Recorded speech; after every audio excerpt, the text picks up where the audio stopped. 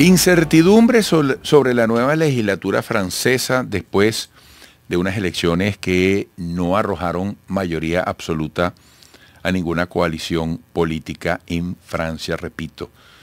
Esto hace que el presidente Emmanuel Macron pida este lunes 8 de julio a su primer ministro Gabriel Attal que permanezca temporalmente en el cargo para garantizar la estabilidad en el país, según indicó un comunicado de prensa del Palacio del Elíseo. Vamos a hablar del panorama en Francia luego de las elecciones legislativas, donde se impuso la izquierda, pero por lo que he descrito sucintamente, aún no puede formar gobierno.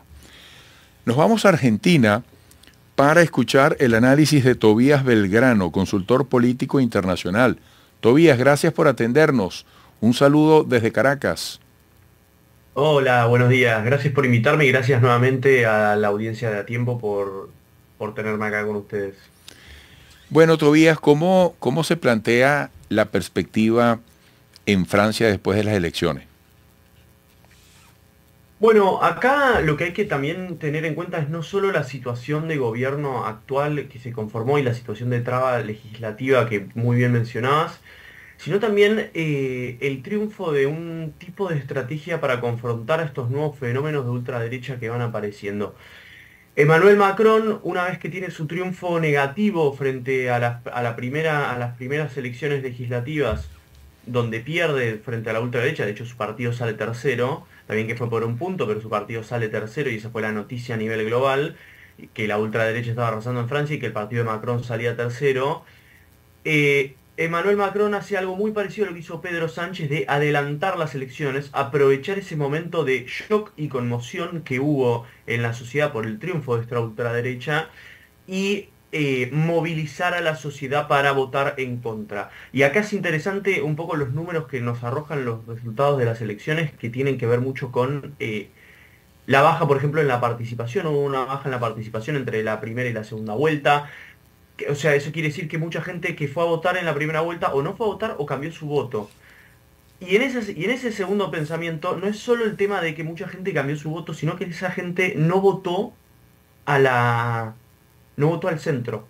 O sea, mucha gente que probablemente votó a la ultraderecha quizás votó a la izquierda o a la coalición de izquierda o de ultraizquierda, como se la está llamando en muchos medios, o sea, digo, cambió de un extremo al otro. Y eso creo que tiene mucho que ver con un fenómeno que se está dando de extremísima polarización en las sociedades, donde el centro está cada vez más complicado para ganar elecciones, pero la estrategia que hace Macron es muy parecida a la que realiza Pedro Sánchez. Es decir, adelantar, aprovechar la conmoción social y movilizar a su electorado. Pienso mucho también en el vínculo o en el paralelismo que se puede plantear con la Argentina en las elecciones contra Javier Milei, donde en las PASO Sergio Massa gana las elecciones y Javier Milei gana las elecciones y en la primera vuelta Sergio Massa se adelanta hasta estar en primer lugar y ganarle a Javier Milei en las generales, pero después en el balotaje triunfa Javier Milei. O sea,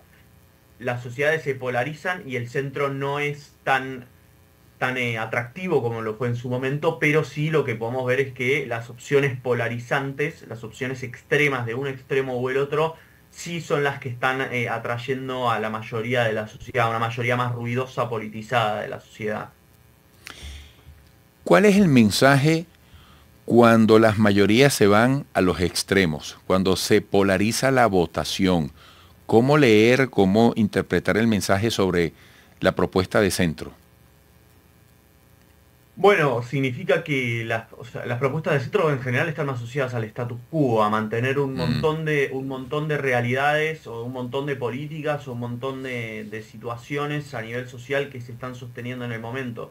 Y en general lo que estamos viendo en el mundo occidental, sobre todo después de la pandemia, son enojos muy virulentos de queremos romper el status quo, queremos romper el sistema que teníamos hasta hace los últimos 15 años social, política, comunicacionalmente. O sea, los candidatos que vemos de la ultraderecha no comunican de la misma manera que los candidatos de centro o que los candidatos que tienen por lo menos 5 años para atrás en política, tienen otro tipo de comunicación. Macron pensemos que es un candidato que viene de otra época, que tiene otra manera de comunicar y la ultraderecha otra. O sea, creo que hay como una ruptura con el status quo y con el orden establecido, porque la gente está muy enojada con su calidad de vida, sobre todo en la pospandemia. Fíjate, ¿cómo tomar en cuenta lo que está pasando en Francia para hacer una comparación, una correlación en el análisis con otros países de Europa, con la región europea, con la Unión Europea? Al final, ¿cómo aprecias la convivencia de los distintos modelos políticos, entendiendo que más allá hay grandes problemas en común en Europa, hay agendas, hay problemas como el de la guerra? ¿Cómo aprecias tú esa mirada? Bueno, hay una cuestión creo que también es muy demográfica, o sea, en Francia también hay que tener en cuenta que hay una población migrante muy importante, eso sí que lo vemos simbolizado en Kylian Mbappé cuando en conferencia de prensa llama a no votar a la extrema derecha, o votar en contra de la extrema derecha, o sea, pero no es lo mismo, por ejemplo, que sucede en Holanda, donde la población es bastante probablemente mucho menor en porcentaje y gana la ultraderecha.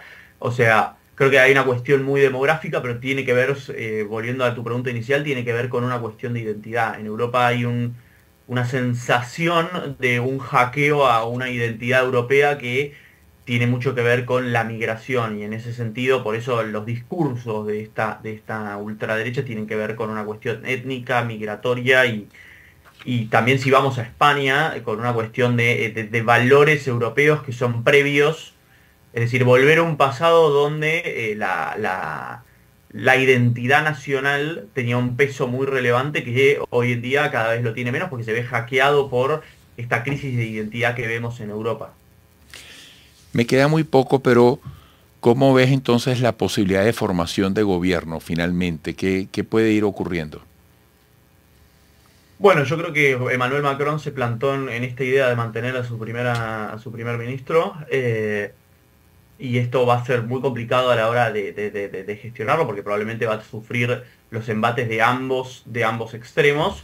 Ahí hay que ver qué habilidad tiene Emmanuel Macron para negociar, sobre todo con la izquierda, porque en realidad su discurso histórico fue hacer un cordón republicano contra la izquierda.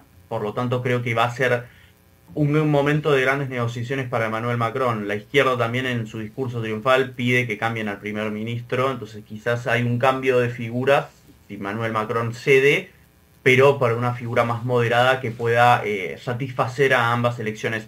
Y tampoco, también creo que hay como un extremo triunfalismo, si bien la izquierda queda segunda, también la extrema derecha en los resultados finales sigue quedando primera, por más que se hayan acortado las diferencias. Con lo cual, creo que hay que tener mucha cautela, porque no significa que, como decimos en Argentina, el partido esté terminado.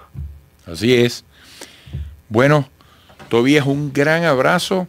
Estamos en contacto y bueno, hablando de que el partido aún no ha acabado, mucho éxito ante Canadá en la Copa América. un gran abrazo, hasta pronto. Un gran abrazo, chao, chao. Tobías Belgrano, consultor político internacional desde Buenos Aires, Argentina, hablando de la situación de las elecciones legislativas recientes en Francia. Volveremos.